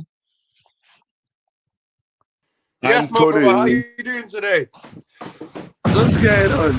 What's going I'm on? not gonna lie, yesterday I was a bit angry, probably out of pocket in some things I said. But Brother, I don't know if you feel the I same. think, yeah. You know what? I had to say sorry to some people. I apologize to Crash this morning, because I was a bit like I was heated, innit? It was the heat of the Yeah, moment, same, fam. same. This is the day after the night before, and now I do feel a little bit calmer, but I am still saying that I'm standing by some of my statements from last night. I know I said them a little bit harshly, but I'm standing by most of my statements where I feel like we're not wrong to criticize the manager. Yeah, we should be able to criticize the manager, but I do also feel sorry for the manager in terms of what he's been dealing with. But I still think he can get more out of these players, 100%. Yeah, I agree, but the reason I don't feel sorry for him is because when you take a job, you know what the job criteria is going to be. You look at the club, you look at the players, and you have the conversation with the board. Are you going to back me? What are you going to give me? So he must have had that conversation, so you know what you're walking into. So that side, I don't feel sorry, but at the same time, I think Ineos have not done him well. Like, you got rid of Rashford, and they could have brought somebody in, like you said, somebody, at least one person. They've got rid of 3 and brought one left back that you could argue we needed that left back for a good 2 years anyway. So they've not really given him anything. So I'm a bit on the fence this morning. You know what I mean? Okay. So on the fence about what exactly? The fact of what? You want to say that Amorim out already? Or what Nah, you on the bro, fence about? I like getting behind my managers, yeah? So, like, last night, I'm not, it's not that I'm done with him. It's just, do we let him have a pass and accept mediocrity? Or do we look at it from the point of view this is Manchester United, and this is worse than I've ever seen from anything in my life. I don't know which one to choose because it's hard. Because what is it to get behind, bro? The thing is, The thing is, it's so annoying because it's exactly what you said. I think I'm so angry at the situation. Yeah, it's like I guess I know I said if I dip the toe, yeah, that I'll be Amorim out, and I will be very scared. I think it's because it will scare me. Yeah, but I do feel like I want to see him next season. Yeah, it's not like I want the manager gone. I want to see Amorim next season after a transfer window with players that he says are his signings. Yeah. Hopefully they back him, but you know what? At the way it's going right now, I'm not even sure. Look, they did a good job in the last summer window to get Ten Hag players that he wanted. Yeah, Yeah, definitely, hopefully they can do the same thing. Hopefully they can do the same thing to get Amorim what he needs. If they could do that in this summer window, I want to see Amorim cook. And if Amorim doesn't cook, then everybody, you don't. Anyway, I don't know what I'll be like. I would just be losing my shit. But we'll see, innit? Bro, we'll see. I think though, if you like look at it from this perspective, can we afford to do that? Like, I don't think we can go to the end of the season and it just stays as bad as this, and we're 6 points off relegation, and he's not showing anything, because that really worries me big time. Because I think when you see a coach after 6 months, you at least see something like, we like that, we like this. I ain't seen anything that I like anywhere, bro. I don't know if you're the same, and I just hope that in the next couple of games, because we have injuries, that he's not going to finish him, because it's only going to get worse now.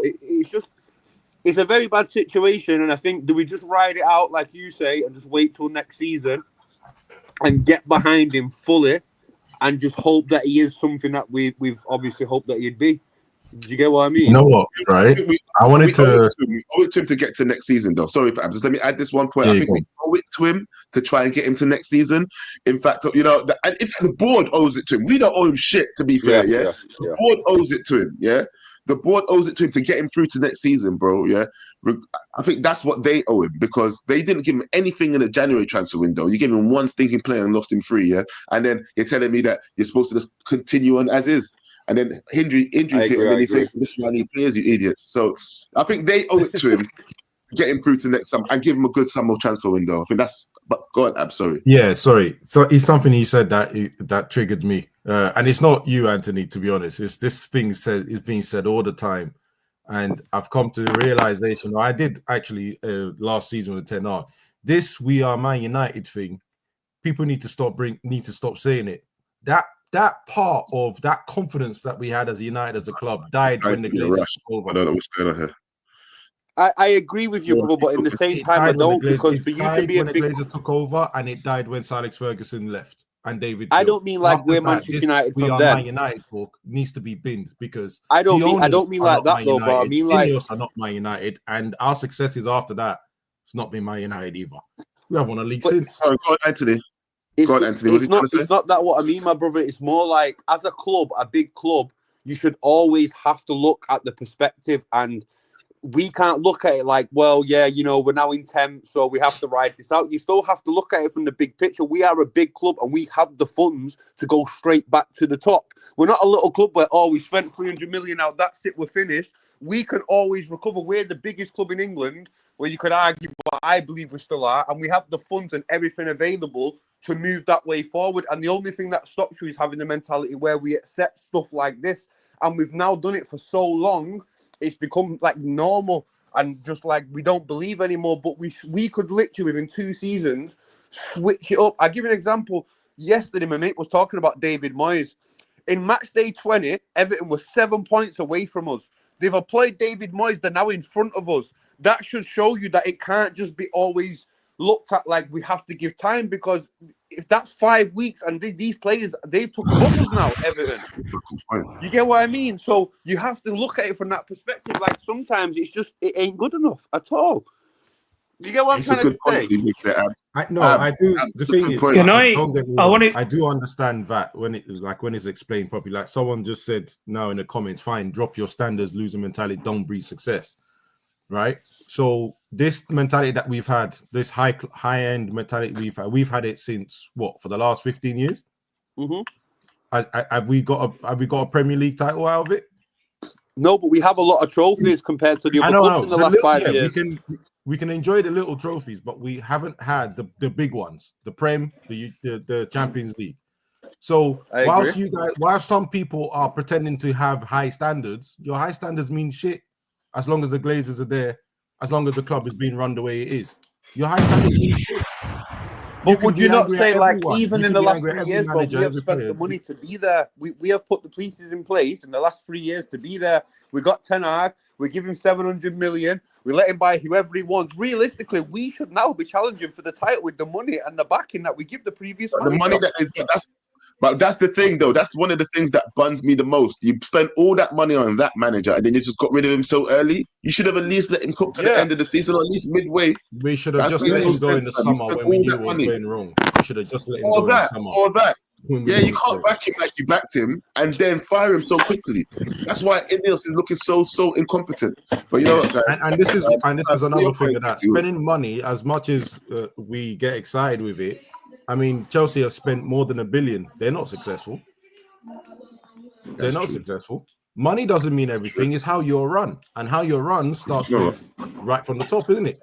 That's why I'm having this relaxed mentality where I'm stop saying things like we are Man United. We're gonna do. I don't. I'm sorry, man. I sound negative. Sorry, guys. I am negative. I'm in that mode. Yeah. I don't have that feeling. Joe, anymore. can I bring up 2 points that you? Can I bring up 2 points that you made and Anthony made? So the first one, Anthony, where he said that Amorim and the hierarchy would have had a conversation about being made promises about next season signings or whatever, but wouldn't have the hierarchy wanted guarantees back from this manager? Like, if I'm them, I'm like, well, do I want to back this man? Look what's going on. Do we want to give him signage? Yeah? And then you're saying, yeah, that you want to see him with his signings. What if he only gets about 3 signings next season and it's the same shit because the other That's what players I'm are still saying, there? bro. That's what I'm Thank you saying. very much. I'm 100%. Because it's not enough. 3 signings is not enough. We need 6. I actually We think need he's only 6. getting 3 of his players, by the way. I think he's only getting 3 of his players. And I'm in my negative view, I'm gonna be happy with that because they're not going to get 6-7 players. They're not. Look what Ineos is doing now. You think they're gonna get 7 players? It's not happening. He's only gonna get probably 1 of those players, and the other 2 players are gonna be half-hearted players that he doesn't even really want. I'm telling you. Bro, Yeah, So this is what I mean. We get can't say a like we want to striker see him and a 10. before we criticize him. We want to see him with his players because who knows how many players he's going to get. It might not be enough. We might end up with. But obviously, we still need players to leave. Like the players that need to leave, Rashi, Anthony, when they come back. What's the guarantee that someone's going to be willing to buy Not them to at mention- the moment? Ericsson and Lindelof are the only ones who are out of contract, I believe. So Evans is out of contract too. exactly. And not to mention, we have to sell to buy, according to Amorim, I think. Yep. Yeah. And that's You the know what? problem. If we've got to sell to currently buy, looking is at it going the to get any situation- better? Probably not. For good money. Currently looking at the situation, guys, right? I think everyone needs to save their energy, right, for the Glazers out. Forget about this Amorim thing, right? Because I'm telling you now, Bro, if we do get rid of Glazers out Amorim, energy. Like, bro, we've been doing this since this so club, live. Where's it got us? this club Can isn't we going to have not- enough money to get a decent manager after Amorim. I'm telling you this now. This club is not going to have enough money to get a decent manager after Amorim. They're tightening purse strings right now. If you guys can see what's going on, they're tightening everything up. Amorim has got the hardest job ever. And the thing is, I think what's happening right now, you see how we're purchasing all these academy players? What's going to happen is we're going to have to be depending on academy players coming into the squad and then trying to do a thing. It's going to be that whole Rashford settings thing. I agree with that. It's going to be a conveyor belt of academy players. But they're also going to try and sell them on. I think it's also a part of the plan to make more money. They're getting all these academy players. Yeah, they're going to debut, fam. Yeah, they're going to touch grass for Man United. And, you know, obviously, they're going to flip them. Yeah, they're not going to stay. Some of them are not going to stay. Some of them are going to be sold on. And what we're going to do is we're probably going to get 1 or 2 players bought every season. 1 or 2 players. And they're probably not even going to be the players that the manager completely wants. So look, we're in for a tough time, guys. He's a coach, I'm just saying, though. save that He's Amorim meant to energy. coach. Like, Save that Amorim energy for I Glazers. don't get this. Like, What were you saying, Charles? We seem to be the whoa. only team Go on, that gets coaches that can't coach. I don't get it, bro. Every It's other not the person. coach, mate. It's not the coach. No. It's the mentality. Listen, No, listen. Whenever Brother, there's a So problem, stupid, though. wait. brother, Let me finish, Joe, forget let Charles. me Let me say finish, one Charles, and I'll let thing. you speak. No, Let me finish, Charles. Hold on. Let Dan reply to Charles, and I'm gonna add something to it as well. Yeah, just to be fair. Thank you. Okay. Thank you. Charles, the issue, there's a root. There's a root to the problem, right? What these players have seen time and time again is if they don't perform the way they're supposed to, eventually the manager will go. And basically the Glazers and the board above have always supported this. So therefore, all they know is that all they've got to do is continue playing the way they're playing. And if they don't like things, eventually the manager will go. That has been a culture that has been created. Therefore, the attitude of the players isn't good enough. This is a constant thing. This has happened time and time again. The one constant in our club is that the Glazers have been affecting the way of the mentality of the players, and they haven't backed the managers properly. Right? They have backed managers, but I'm talking about they haven't backed managers properly. Right? Now, if you don't agree with me, that's up to you, but please state your case. okay. I don't Something think that, you're something saying. something that Charles just said. Abs first. Hold on. Yeah. Abs, and then Charles. Something That's that what we do. And Charles then wrap just up. said, right? I'll go. We've gone through. Obviously, Alex Ferguson has gone through his team, but after that, we've gone through Moyes, Jose, the Dutch guy. Sorry, I forgot his name. Van Right? Gaal. Van Gaal, yeah. Ole, Ralph. Double R, Ten Hag, Rude for a little bit, and now Ruben Amorim. Are you trying to tell me that all of them Michael couldn't Carrick. coach? All of them couldn't coach because all of them have the same problems we're having now. Exactly. Van Gaal couldn't coach. Jose couldn't coach. Van Gaal's a good Actually, coach. No, Van Gaal's a good Michael coach. Carrick is unbeaten. Michael Carrick is unbeaten. By the way. For 2 days. Okay, fine. Right? But boys, can I just say one thing? All the the managers still did something half all these decent. guys can't coach. It's true. LVG was a good coach, though. LVG was probably the last good coach. Yeah, and I think Jose wasn't a coach. Brother, Mourinho was. Mourinho was the last. Jose, I feel like we got Jose like probably 2 seasons too late. Honestly, He never got his players that he wanted. He never got his players. He never got fully back. Charles, what are you talking about? They forced Fred on him, bro. They forced the low on him when he never wanted him. Oh, you say he never got the players that he wanted. But he's a Charles, you better coach, stop, though. mate. You better What stop, is- bro, because I don't think you know what's going on. You better stop because you really chat shit sometimes. Listen, Doctor, Mr. Dad, hold on. Mr. Dad, hold on. Let him talk his shit before you attack him first. Let him talk his shit, bro. Talk his shit, Charles. Bro, it's just crazy how, you know what, I'm not even going to be petty right now. Anyways, so for me, we got Mourinho 2 seasons too late. Everybody wants to say he didn't get his players. We have a manager who we gave all his players, and we are saying we never want to do it again. So I'm not really hearing that argument of he didn't get his players. He is a coach. I feel like you said, the best thing he could do was get that second place, which he did, and it was calm. We got an Europa League, and we got whatever. It was calm, but it wasn't anything special. Like in that time, we've seen teams like Chelsea fire, win back to back. We've seen Liverpool get Klopp now. They go get Slot. Like, bro, teams are getting managers and it's working out. We get managers and it always fails. And people want to say it's the players. I heard it, when Oli had LVG, Mourinho, Ragnick, yeah, I heard it. But look at what we're saying today. Onana is relatively new. De Ligt is relatively new. Masrari is relatively new. Ugarte is relatively new. Euro new. Xerxes new. Rasmus new. Garnacho new. Like, bro, we can't keep saying the same thing when it's a different group of players all through. It don't make no sense. Who is opening the can of whoop-ass, bruv? What the fuck is that, man? I don't get it. It's like we keep saying the same thing no matter what happens. We can sell an entire 2023 and people will still say, well, the players are under this culture of blah, blah, blah, blah. What culture, bro? Casemiro is here. He's supposed to be the old Champions League winning guy. He is new.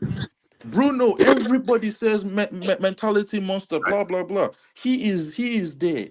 So what is all of this about culture? This culture that? Okay, so what's the issue, From Charles? now on, I'm using the timer. From now on, I'm using the timer. Everybody, yeah, when you start speaking, you got 30 seconds to wrap it up, bruv, yeah? Say what you're saying in 30 seconds or less. You got to let him finish. What is the actual issue then? If it's not the player, so what is it? Is it the coaches, the players, the club? What is it? Brother, at this point in time, I'm looking at the coaches to coach.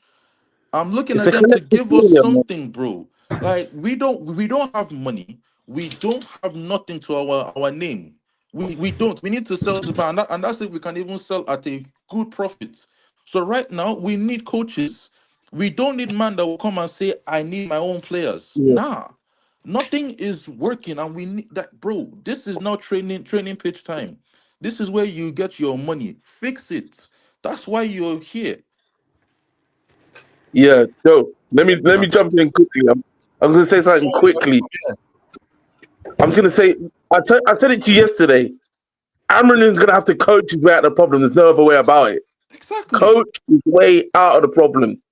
We're not getting bare signings. Forget all that. He has to coach his way out of the problem. It's as simple as that. And if it's bad, I'm gonna be real with you as well. If we're like this next season, he's gone by December. I'm gonna be real. Yes. But brother, can we afford to let that happen? Wait till December again. You know what I mean? Wait all that time again. We have to look at the end of the season and as fans actually decide, is he good enough or is he not? Because there has to be a level that you turn around and say, I'm sorry, you're a coach and your ability is not showing on the pitch. So why am I going to give you your players? No, but it's club. Forget players specifically for the manager. We're doing club signings now, profiles over names. Yeah. People need to forget players specifically for the manager. It's not. He's telling me that he's not got players for his system at all. He's got 3 centre backs. Lenny Euro, one of the best up and comers apparently. Delict, Maguire, okay, fair enough. But you've got Martinez, the half decent. Delo is okay on the right. Dorgu is going to be half decent on the left. It's his signing. We still have decent players. He needs his profiles. That's what he needs. Simple. He needs his profiles. Delo is okay on the right. Delo's been trapped whole season, fam. He needs profiles. Once he gets his profiles, then we will see from there, innit? But what do you mean once he gets his profiles? Oh, bro. Hold on, I've got to speak to Exedra. I want to hear Exedra say something, fam. Are you just sitting there taking it in, bro? Let me know what's going on. What do you think about the situation? It's shocking. I mean, Amorim has to hold smoke here. Because even in his press conferences, after game press conferences, he's starting to talk mad shit as well now. It's pissing me off, honestly. He's saying, in the press conferences, he's saying, you know what? I'm on the way to saying Amorim out. I'm not there quite yet, but I'm pretty damn close. Yeah, it's shocking. It is unacceptable. When he got the job offer, when he got the job offer, it was 100% communicated to him. He's not going to get the players because obviously they would have communicated, you're not going to get anything on January. There's no way he accepts this job without knowing that information. You can't say that. You can't say Joe, that. You don't know. It's like one of the first things. He's not wrong. I think Joe's right. You're a coach. He's not wrong. If you're a coach, right, and you're accepting a gig anywhere and you're going mid-season into a sinking ship, right? It was all over the news. There's no way he could have missed it, right? The first thing you ask is, am I going to get players? So it's known that he had to coach himself out of it, and he's failing at it now. That's all there is to it. I'll ask you a quick question, though. There's an argument against that logic, though. If you're saying that players were not going to give him the players he wants in Jan, Amorim is telling them in return, your mic is dying on, bro. Mic is failing you, Josh. Josh, fix your mic. I'll ask you a question, right? If they said to him, you can only get players if we sell players, and they do a crap job of selling players, and they don't buy him anything, is that his fault now? No, that's also Ineos's fault. But I've never been fans of Ineos either. They're both issues, but we cannot just give Amorim a clean slate and say, oh, you know what? nothing that you do matters this season. It does matter. Okay, can I ask you last question I'm going to ask, and actually anyone can answer this, right? And I really want to know, how are you distributing the blame for what's happening right now? 60-40. Let's just put it out of 10 or something. Oh, Each, 6-4. 6-4. I'd say Ineos are the major things to blame. 7 to Ineos, 3 to Ineos, Amorim. bro, That's the only reason I 100% lost Ineos. One at a time. One by one. Charles, Let me go. Charles, I would say Ineos are the problem to blame because at the end of last season, we should have sacked Ten Hag only because he won the FA Cup. He stayed. Then you decide to keep him and back him with all this money to sack him anyway. So that's where the big problem came for me. If they would have sacked him last season, chose the manager, give him pre-season, give him 300 mil, we might not be in this situation now. That's as simple as it is for me. Big answer. All right, then, Charles. What's your answer? 60-40, you said. 60-40 to who, though? Yeah, you know what? I'm gonna change it. 65 to 35. 65 Ineos, 35 Amorim. And this is just because of injuries and extenuating circumstances. So 65 to 35. Joe, leave me to last year. So you would, all right, no problem. So you would like to see him next season, then? Yeah, you're one that say back him into next season, then. If things continue the way that they are continuing, I probably would not want to see him even at the end of the season. So hopefully things pick up. But right now, yeah, I want to see him next season. Oh, big up yourself, then. All right. All right, wrap up. Let me ask you, bro. Wrap up. What percentage of blame would you be laying at Ineos' door and at his feet? It's 75 Ineos, 25 Amorim. Yeah. 75 Ineos. Yeah. Okay, so so everybody's saying that Amorim is taking the least amount of the blame here, yeah? So with that being said, then, why did you distribute the blame so heavily on Ineos then? Poor planning. The planning from beginning was doomed to fail. So simple maths. You're the one saying he's got to coach his way out of this. He's got to coach his way out. I actually expected a little bit more blame placed on Amorim from you, if I'm being honest, because of the way you're saying he has to coach his way out. You know why he got a little? The injuries has kind of saved him, because it would have been more. If there wasn't any injuries, you would have got a bit more blame. That's what it is. Injuries only happened for the last match, man. I think he's getting a free ride for the injury situation. I'm not going to lie, people. Mr. Dan. Yeah, I think Charles is so lucky I didn't hit him back on that point. But anyway, moving forward, I think 75% on the board, and then 25% Amorim. Looking at Amorim, he's got a really difficult job. He's got to change the mentality of the players. I think all of you are honest that those players are really not up to task. I mean, if you look at a lot of those players that we have, you can't see a lot of those players in the top 6 clubs at the moment. Our midfield is very, very poor. And to be honest, the midfield is what controls the game. I'm happy with our defense in terms of the defenders that we've got in, but the midfield orchestrates everything. And we rely on Bruno, who is wasteful with the ball. We're dependent on Ugarte, who's a new signing, who needs to find his feet. And to be honest, we can't use Casemiro because he has no legs. Kobe's injured and Kobe's new. Like, we don't have no orchestrator in the midfield that's dictating everything, dictating play. And we really do not have any accomplished goal finishers. I mean, Garnacho, he's just a potential player.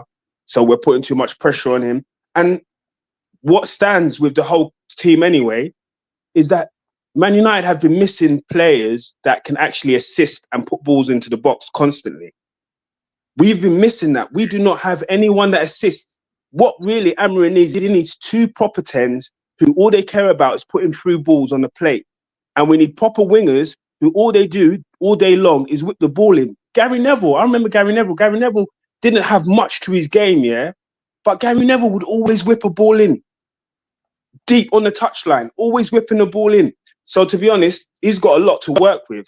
Right? He's got a lot to work with, you know.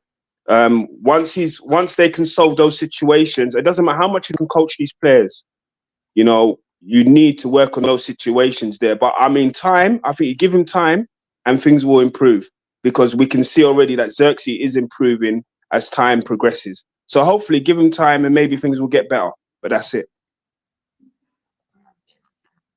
Hey, do you know what though? I wanted to ask you something, but it's too low. Josh is back apparently. Yeah, let me bring Josh back. Josh, can you hear us? Speak. Yeah, can you guys hear me?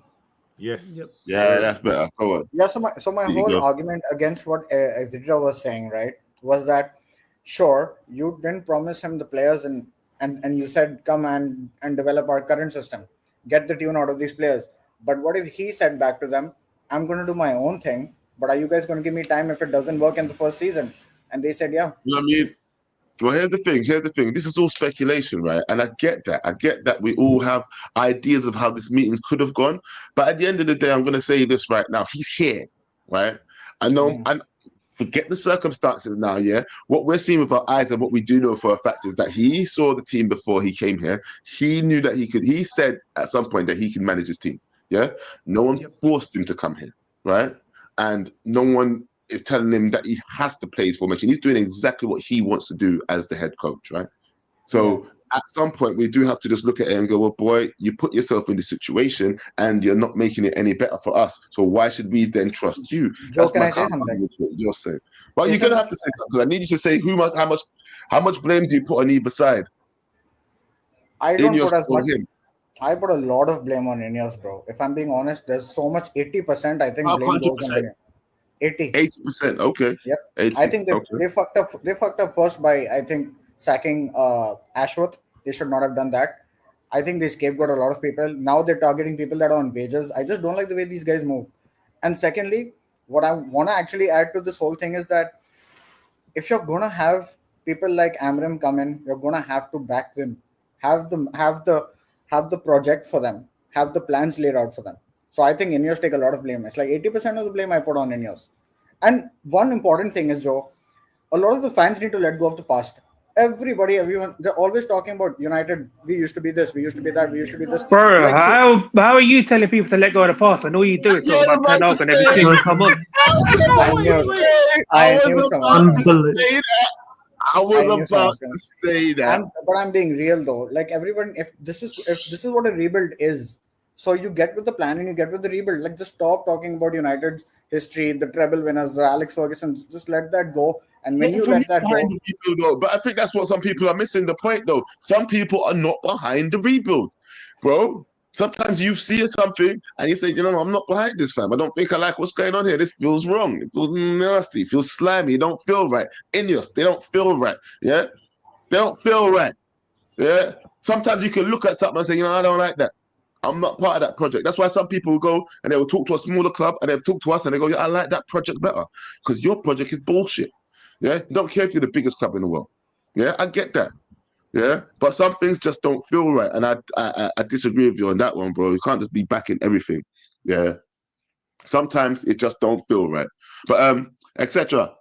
Yeah, talk to me, bro. How much percent blame do you put on Ineos? How much percent blame do you put on the manager? Yeah, I do want to, because Josh did try to address what I said, so I'll say a little bit, and I'll get to that as well. I mean, Josh, if he's getting so hard done by Ineos and the board, he does have the option to walk, you know, right? I think he will. So if he's not getting back, he should be walking. And after the window, right, which everyone said was shambolic, he should have walked. So why isn't he walking? It's because he's probably, you know, hand in hand. He probably thought he'd be doing better than he is at the moment, right? And this idea of letting go of the past, the fact that one thing that we should not let go is that our revenues are still one of the highest in the world, right? Because of that past, right? And that's why we're still the big Man United. It's because of the revenues we generate. So in terms of the blame, I put 70-30, 75-25, around about that. And that's the only reason that I'm not Amorim out. It's because I think a significant blame lies with Ineos and the fact that, you know, they walked into this club knowing the financial situation. They were given all the deets, and then they come out with this BS saying, "Oh no, PSR. Oh no, we can't support our managers. We need to sell to buy," and all that fucking BS, right?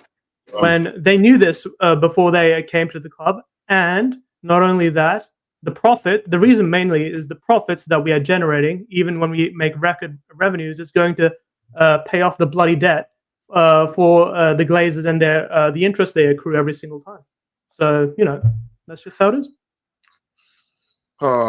So, once again, etc. has also said that he's not placing most of the blame on the manager, which I understand.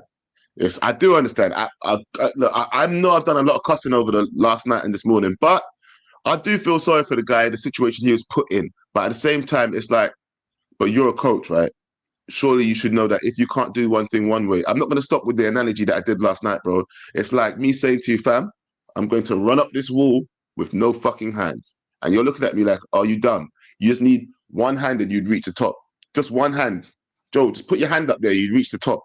But I'm saying, no, Abs, watch this. In about 6 months, you can come back and I'll be at the top of the wall. And I've done it without hands. Well, that's good for you, innit? Fall down for the next 6 months. But anyway, Pav, what do you think? How much blame are you putting on one side or the other? What was the highest? 80-20? Yep. 80-20, yeah, fuck it, I'll go higher than 90-10, innit? And I'll tell you why, innit? Since them lot have come here, it's just been mistake after mistake, if I'm being honest. Like, the reason why Amorim's in this predicament is because of them lot in the first place. Because you made bad decisions after bad decisions. And although I ain't happy with the manager, he could have either been here in the summer when he should have been, or he could have been here next summer. So you lot have put him in this position. You've done absolutely fuck all to help him. And I'm not giving you prop for that one signing. And obviously there's players that are here that shouldn't be here. We got the amount of injuries and stuff, the whole Ashworth thing. It's just bad decisions after bad decisions, putting up the ticket prices, taking the concession away from the fans. And telling us that you're going to be putting all this stuff back into the community and that. And then what have you done? You've basically betrayed your own, innit? Like, bro, I've got nothing good to say about this ownership that have come in. United back to Manchester. What kind of shit project is this, fam? Ineos is the shit And project. then, do you remember, where man rolled up in his car and he thought he was going to be signing autographs and taking pictures, and then man just rolled up and was like, "Yo, get out of the car, man." That was lovely. That was lucky a yard man wasn't there, fam.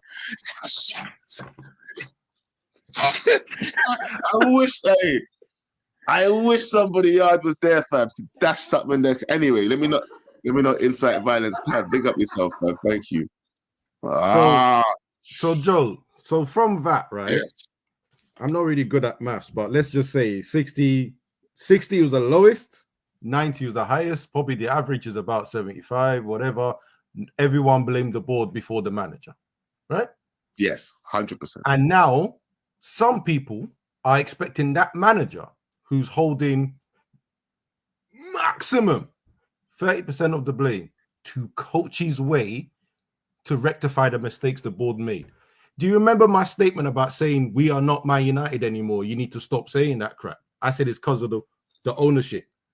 You want this manager now to fix all the mistakes these guys have been making for 15 fucking years through coaching. That's what everyone's talking about now. But I think that's if you're looking at it as a club on a whole, innit? But this is what I'm doing. And this is why I've said I don't get emotional about stuff. I'm trying to see the bigger picture. And this is why I sit here and I go, good luck to him because he's got the impossible job. He has to be successful with almost no resources. And if he's not success, he's going to be blamed because he didn't change his beliefs. And I also want to just add this. As for me, I don't want a manager to change his beliefs to something he doesn't believe in and he's not experienced at doing. That's a good way to put it. So, yes, if you want to sack the man, sack the man. But you know we're coming back here again. 100%. It's going to be the same for the next manager and the manager after that. And unless they really, really do. But the thing is, if they keep sacking managers as well, you're never going to get a team built in a manager's image because by the time you sack them, the weeds that are going to still be there will infect the rest of the other weeds. What did Double R say in his interview? What did he say in his interview? Man United need to fix the way that they want to play, get the players to match it and a manager to match it. That's what Double R said. They sacked the guy and told him not to talk. He had an NDA they had to sign. I don't know how long that is. I really want that to. I hope that's off so that we can actually hear what he was told. Right? He was the man, you know. I respected that guy. Again, that thinking comes from top. Hence why I'm saying, guys, we are going to have to. And I know it sounds mad. We're gonna have to ignore the past and be ready to build up from the bottom up again. I mean, we're 15th. We're almost there, bros. We're almost there. But that's when I start getting scared, innit? I don't want to be there. You heard what I said yesterday. I mean, I think I might change my tune a little bit. I guess as long as we don't get relegated, innit? But fam, if we hit 19, people are not understanding what I'm saying. I have no problem saying that the manager's accountable. Yeah, I have pulled. Today's the first day that I actually said, no, we have to talk about Amorim, right? We have to talk about him a little bit. But I will be dumb to say I'm ignoring 15 years of damage and decision-making that Ineos have now put to why this guy is in this position. Anyone that's watched football, played football, would love to manage Man United. Let's be real. So if you give him an ultimatum, he's probably coming. But you haven't. That's why these managers keep coming, bro. By the way, managers keep coming. None of the promises that Ineos said before they bought has come to light. None of them. Stadium talk, bringing up the area, ticket prices, staff, players. None of them have come to light. Positive. The only thing is they was going to get trophies, and the man that they sacked won us the trophies. And look, didn't they extend it to 2028 to sack him, bro? Anyway, see, that's why I wanted to see. I had to go the long way around about it, but even the people that were moaning at Amorim all know that the board were the ones moving mad in the beginning. Let's all hope and pray, bro. It's going to be a difficult one. Hope and pray. Hope and pray. Oh, brother, we're done. We're done for as a club. We're done for as a fan base because you know what? The further and further we keep falling, the more and more we become more and more divided as a fan base. You know, blaming managers, blaming players, blaming the higher ups. Like they're all to blame, really, as a collective, but some less than others. And that's. It's so hard to be a Man United fan at the moment. It's so hard. I might just start watching a different sport, fam. Like, someone has explained me the rules of American football because I just don't understand them. But I swear down, I'm gonna have to start watching something else, blood. It's getting heartbreaking every week. Every week you're in here, we're just talking, oh man, you got shit, shit. And then we have the gall, we have the audacity to turn up on hate-alongs and be cussing Chelsea and be cussing Tottenham. And then when we meet them, we look like little. We get to in it. We get bent over. We get spanked, but we're there running up gums. I'm done running gums, bro. It's either put up or shut up, innit? If you ain't got nothing to do, then we can't say shit. Yeah, I'm gonna stop chatting all that breeze to other players. I mean, other teams now because we are wass. Big up to A-Obs. Only super chat of the day. Big up to yourself, bro. It's 100% Ineos. We're forgetting Jim kept Glazers here, made a bunch of fake promises. You pushed out Qatar and now crying about money. Waste man. That's what he should have put at the end of that. Waste man Jim, fam. But anyway, can Jim fix it? No, he can't, people. Listen, it's been a great show. Please make sure you like and subscribe. Please make sure you go check out my channel as well, Backhand Entertainment. We had a good conversation last, was it last week? Yeah, last week about men and your mental health and the importance of talking to each other. Because right now, we're going to need that therapy dealing with Man United. I swear down, people. Reach out to your good friends. Anyway, guys, take care of each other. And I'll see you later. Drop a bomb, bomb, bomb, bomb. Back with a vengeance. KG's back with an entrance. Big up to those in attendance. Look at that. Reds come together like Tetris. No rules, this one's reckless. KG, this one's crazy. You're too lucky that. None can compare with the KG Don. Better take cover when he drops that. Bomb, Going on reckless, just it's on. It's that time when he drops that. Bomb, bomb. I said drop a bomb, Dad.